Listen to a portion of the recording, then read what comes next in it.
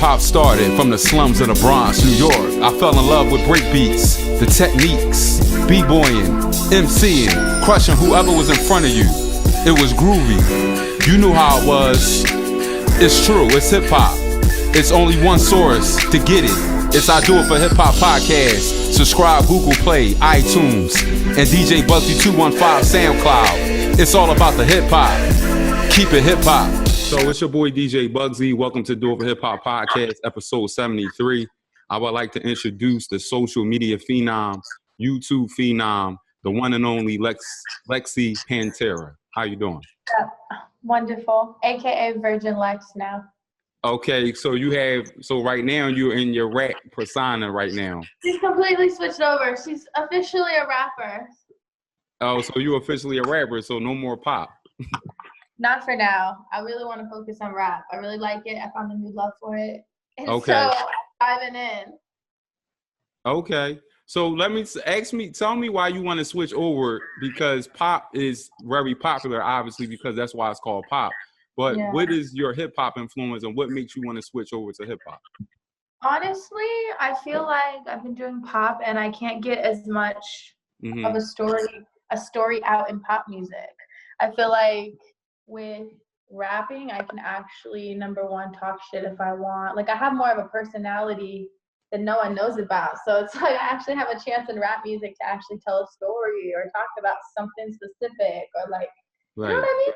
Yeah, absolutely. Pop really has filters, and you trying to be with no filter. I'm trying to be a little bit more of an unfiltered version of myself. So now I finally can come out and just be more me. Right. So can you tell me about basically how you linked up with the legendary Too Short from the Bay? Too Short has the pimp persona that he did throughout his whole career, and you have the song with him. I want to know how you came up with that. How did that come about? I feel like I've been running around Too Short in Los Angeles for a long time. Like, he's in the industry, so we end up at like the same parties or like same events. And like I see him and I'll say hi because I'm a fan. I'm like, hello. Like, I've introduced myself once or twice, and then we just kept, running into each other. We just became friends, and I was like, hey, I have this record and I really want, someone to hop on it. It's like a twerk record. It's kind of my first record like in this genre. Right. I'm from the Bay Area. I wanted him because he's from the Bay Area.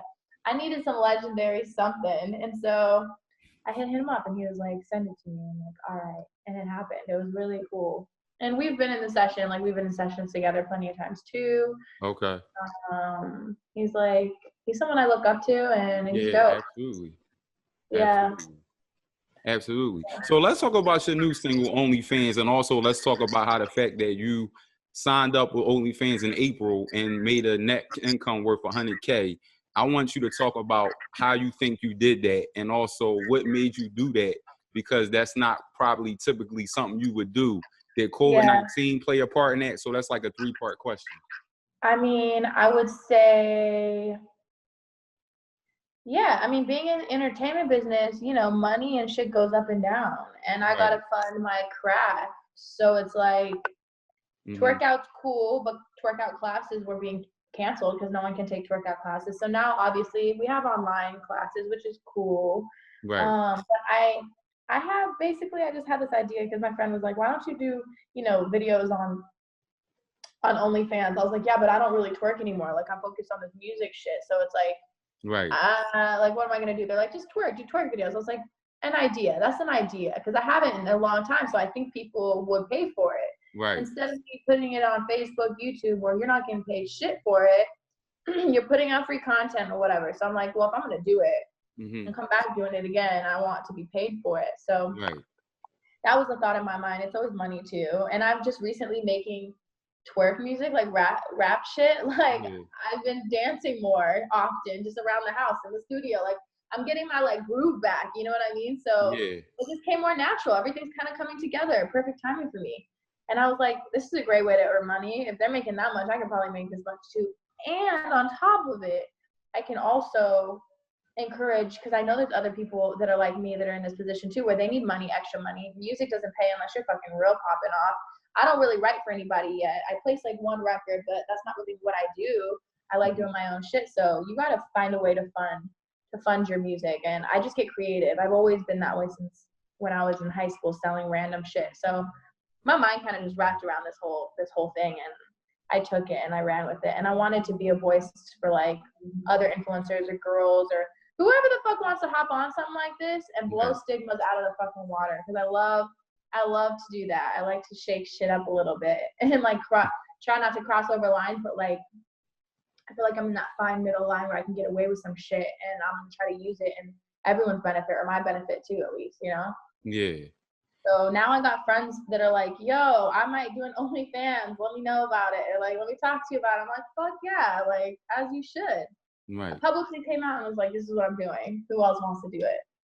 I like taking those chances though. I'm not afraid of it. Okay. That's dope. Well, why do you think people gravitate to your page? Because most people, well, I'm not gonna say most, because I never signed up for any OnlyFans, so I don't know. I can't really make a statement on that. But why you think people gravitate to you and willing to pay to see you do your thing? I just think it's the fact that I haven't been doing it really for a while. I've only been really doing classes, so like snippets of me that people will see that were my fans. They weren't getting it from me. So now that I'm out again, I'm gonna charge for it. They're gonna want to see it. They're gonna be like, "Fuck yeah!" Like we want to see what she's doing. What is she? Let me see that ass shake, like for sure.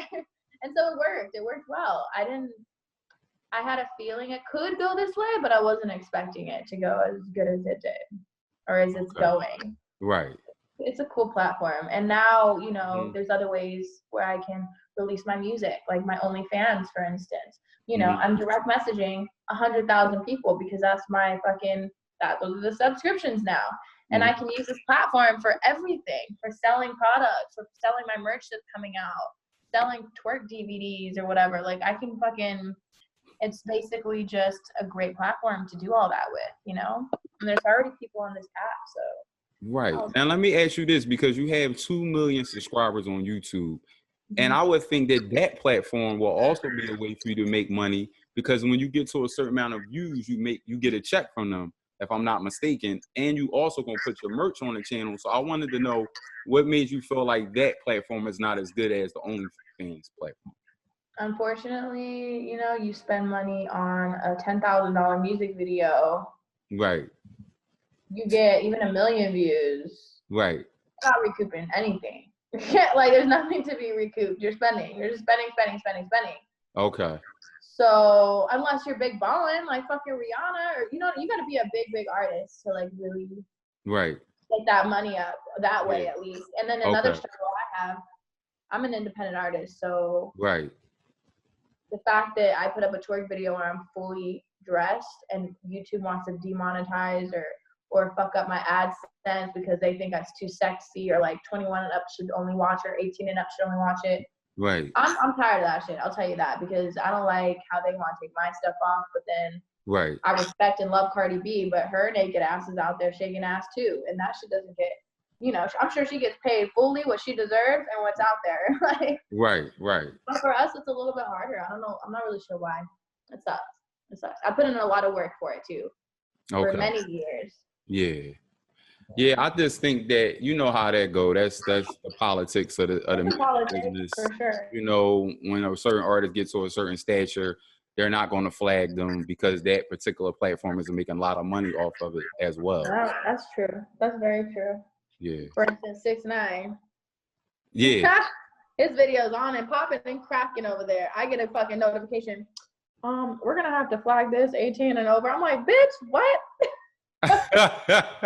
Like, damn, I'm out here inspiring bitches, okay? And you got someone like him trashing bitches. Right.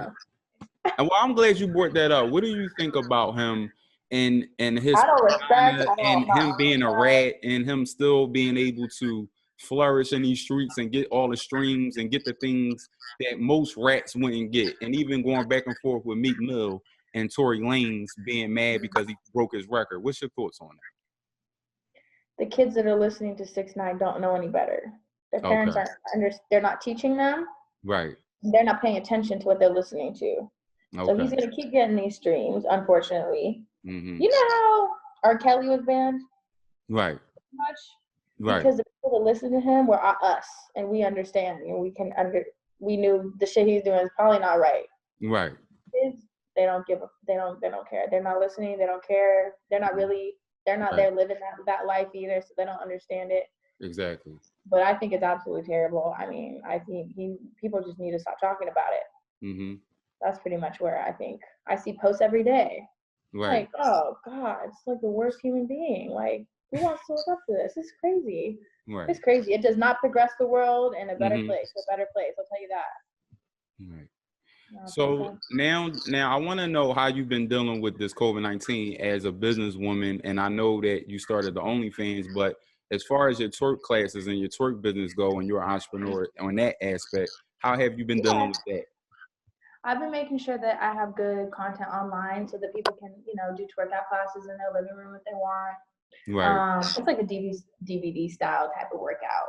Okay. We have live classes all the time people can get involved with. And then on my end, now I'm curating a group of girls that are like great twerkers from wherever. Okay. And I'm calling them Lexy's Girls. I made an Instagram account for it. And my plan for it is to make it into a group of curated women that can do OnlyFans or do other things as well. And maybe even music videos. And you can come to me to be like, yo, we need this many people or this many. We need this type of dancer, this many. So I think that it might flourish into something like that. Oh, man, that's dope. That's dope. Yeah, I'm always thinking like ahead. It's always something. It's always another struggle for me because I got to do more work. Yeah. Well, listen, that's what happens when you bossed up, right? I guess so. The work doesn't end. I'll tell you that. You think it gets easier and the money? No, the work. You got to keep putting in the work. It's nonstop. Facts. Now you have a good family lineage background. Your father. Talk a little bit about your lineage and how you feel that inspired your career and made you take those steps to be great.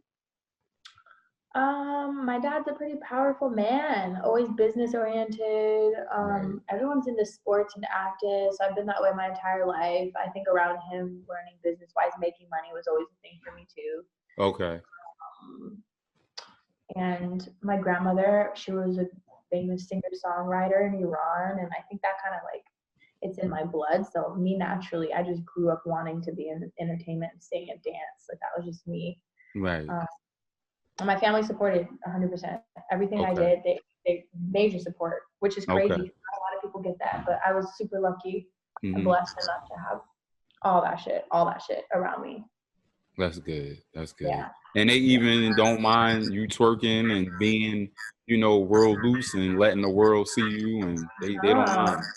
I mean, no, because they see all of my intentions. They know who I am, so it's kind of like, right. But my family's not the one to judge really either, because my family's super open, super like progressive. You know what I mean? So no one really sees it as weird or negative or bad, and they love it. They all of them love it. Right. They're major supporters. It's crazy. My mom is out here twerking. My aunt's out here twerking.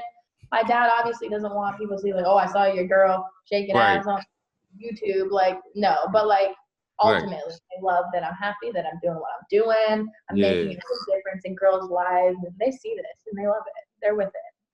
That's dope. Yeah. Now, in today's climate of hip hop, we have a lot of 360 deals, and we have a lot of artists being robbed and finding out later, all the way down to Megan Thee Stallion. What is your feelings on staying independent or eventually signing to a major? Honestly, you always hear horror stories about the labels, but then you're always like, damn, but I need a label to support me and back me up. So it's like always a love-hate relationship. Right. So I guess it's best to make smart decisions as much as you can with advice from people that you trust. Yeah. And when you hit that label, you hit it, and you have stuff to bring to them. Okay. Shit. So would you sign to a major? And if it was somebody you would sign to, who would it be? I think now I'm ready where I would be in a position where all my ducks are in a row on my side. Right. So I think, and to who? To who? Honestly, I don't have a preference. I don't know. Whoever the hell wants to support the fuck out of me, to be honest, it's gonna rock with me because that's the most important thing. Have you been approached by any labels? What's that? Have you been approached by any labels and turned them down? Not majorly, no. And now that I'm doing this switch over, I haven't even released a project. Hopefully there might be some different interests for sure. Okay. We'll see. So could we say maybe Rock Nation, Jay-Z, maybe Atlantic Records where Cardi B is at? That's so funny. Rock Nation was totally in my head. Really? So talking to I was somebody. reading your mind. Okay. Yeah, that would have been one of them. Okay. So Yeah, you look up to Jigga. You look up to Jay-Z. Yes, for sure. Their whole all the people around them, everything. Yeah, they're solid. Right. They're super solid. Okay. Yeah, they know their shit. I think they know their shit really well. But I'm gonna put in the work. I mean, I have so much to prove in general, especially when it comes to now I'm rapping and I'm a white bitch rapping. So I see what maybe might be ahead of me, but like I know the passion's there. It's fun for me. I love it. I respect the culture too. So shit, I don't know. I hope that they accept and they like some of the shit I have. Yeah. For them to dance to, twerk to, feel like a bad bitch. Right. That's the type of music I'm kind of making. Is like I'm a bad bitch. Like getting my feelings and my confidence, getting my confidence up. Mm-hmm. All right, so speaking of culture, and you know, Dame Dash has been on the record talking about culture vultures, and also it's been a lot of conversation about Eminem. Do you feel like it's harder for people of that color to get in hip hop music, or do you think it's easier for Black people to accept the cult, like different people? Like, how do you feel about that? Like even Mac Miller, I feel like Mac Miller kind of like slid in there. I don't feel like he had a hard time getting it. I definitely don't feel like Eminem did. But there is some people like Iggy where they like, you was cool, but I'm not really feeling you. What's your feelings on that? Yeah, it's kind of hard because you don't know somebody's genuine self ever. Right. You know what I mean? Even if you know the person for years, you still won't really know. Right. So like, yeah, people might see Iggy and maybe they have a type of fucking, they don't feel it. They don't see the genuine realness of it. That could be it. Okay. I don't well though. I taught the bitch how to twerk a couple times, but like I don't know. Shit. White people didn't create rap, so you know what I mean? Right. So I get it. Like, but it comes natural sometimes for us because we grew up on it. I fucking grew up on rap though. Right. You know what I mean? Yeah, absolutely. My stepdad, my fucking mom, like my two stepdads that I had actually, and they were both African American. Oh wow. That kind of comes from, I don't know. I'm kind of I grew up around a lot of it, so I might have a little bit of a different perspective, but I just hope that they like me. So are you determined, even though those barriers might be there, are you determined to knock the doors down, even though those barriers could possibly be there? Yeah, I think I can do it and respectfully. Okay. I think I learned from people around me too. Right. Have a say, you know, like absolutely. They teach me shit that I need to learn to respect culture. Right. So I respect that and I get that, and I'm willing to put in the work because there's some fucking I'm Persian and Irish. I'm a white girl. There's some white girls that I hope and that maybe they want to rap one day that they can. If I can pay that way, there haven't been a lot of female white rappers. I can't look up to any. I'll tell you that. It's only Iggy. It's only Iggy that I know. It's nothing. That's crazy. That's fucking crazy for me because I'm passionate about this shit. It's real to me. Right. So I'm like, damn. Like, is there a chance? Is there a chance? There might be. Well. Guess what? That's the beauty of it. That's the beauty of it because if Virgin Lexy does it, then that means that you made history like she did. Because during that time when she was doing her thing, she was the best one out during that time frame. She had a time where it was just all about Iggy. I can probably be the best one. I can probably for sure be the best white rapper. I have no doubt in my mind. Okay. Female, but except for Eminem, because he's the GOAT. Well, female. Female, okay. My lyrics aren't fucking there yet. I just started, but like I'm about to come for these hoes hard. I'm coming. Okay. So do you write a lot? You be writing bars and you be in the crib writing your bars and sipping your wine and how you get in the mode of being a writer or being a rapper? Rapper now, I guess I'm in the studio just like it is with pop music. I hear a track that I really like and I fucking hop on and I'll start freestyling or I'll start freestyling melodies. So I'll be like and I'll start doing that shit. Right. And then I'll add some lyrics to it. The OnlyFans record that I did, the one that I just released, I did that song. That was the first time actually trying to rap.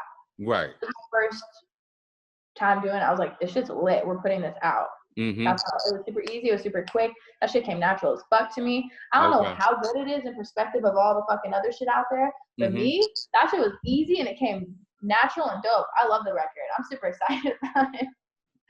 I'm super excited. Listen, it's your first record, so you know doesn't nothing that becomes great happens just like that. You have to grow into it. You know, you have to grow into my craft. Like I didn't just become the #1 hip hop podcast in Philly overnight, and I'm trying to take my podcast to where you at, so all over the world, not just Philly. So I totally understand it. I get it. Because I started out with Wendy Williams, and everything is all about perfecting your craft and getting better, and that's what it's all about. So. I'm learning. This year has been a lot about learning. And I'm fully ready. That's a crazy combo, Persian and Irish. That's a crazy combination. Persian and Irish. But it's a good one. It's nothing wrong with it. It's nothing wrong. Maybe you could give me some advice. Oh, advice about being an artist? Yeah, about being a white female rapper. How about that? Okay, well, you know what? I mean, I can definitely give you some advice because, first of all, listen, I've been listening to hip hop since 1987. I'm a seasoned vet. Like, I'm a guy that knows about bars. I knows what's hot, what's not. I'll be like, look, Lexy, no, you can't do that. In order for you to click, in order for you to cater to the urban community, you got to do this or you got to do that. You know what else? People win with cosigns. Oh yeah. Oh absolutely. That's a fact. People win with cosigns. I'm not gonna say I have too many cosigns. Too Short's a great cosign for me. Too Short. If you got Too Short cosigning, that's it. I love Too Short. I said that's the cosign. I sent him my record. I go, I'm a rapper now. Right. He listens to it. He goes, yeah, you're a rapper. I was like, oh. That's what's up. Yeah, Too Short is a legend. Like I love Too Short. I love Too Short. Yeah. But I hope that shit. I want to see somebody be a fan of me that I'm a fan of for sure. That's what I'm waiting for that. I'm gonna see who it is first. Okay. And I'm excited to see who's gonna actually be on my side. Right. I just want to ask you too, what you got coming up next? Tell the people how they can follow you, different things like that. Damn. So I mean, you'll always find Lexy Panterra. I'm telling people to call me Virgin Lex now. I'm a born again virgin, okay? Born again rapper artist, bitch. And follow me on all social platforms. And I'm dropping a project called The Savagery, and it's gonna come out in June, and it's gonna be a full rap EP that you can twerk that ass to. Oh shit! It's coming out in June. Like June what? Do you have a date? Huh? You have a date? June what? I don't got a date yet, but I got a month. So that means if your project coming out in June, that means that you've been in the studio a lot, correct? Honestly, I've been in the studio for a week and a half, and I did the project. It's done? Yeah. I might do one more record because I might not like one of the records. So I might switch out a record, but it's done. That's just done. There's 10 songs at least. All right, well that's an LP because the EP is only 7 songs. It's an EP. Really? This is my first project. What am I supposed to do? I can't be like, hey, especially if it's independent. I feel like it has to come out as an EP. You know what I mean? Well, then, but usually when you do any more than 7, it's an LP. That's what I'm saying. LP? Got you. Yeah. 7 and under is the EP. Anything over 7, you going into the LP mode. Well, so you got 10 because you got to think about Nas' first project was called Illmatic. He had an intro and then he had 9 songs, which made it an LP. Yeah. The intro count? The intro counts, believe it or not. I'm going to do my research and come back to you then. So I'm dropping that project. That's coming out.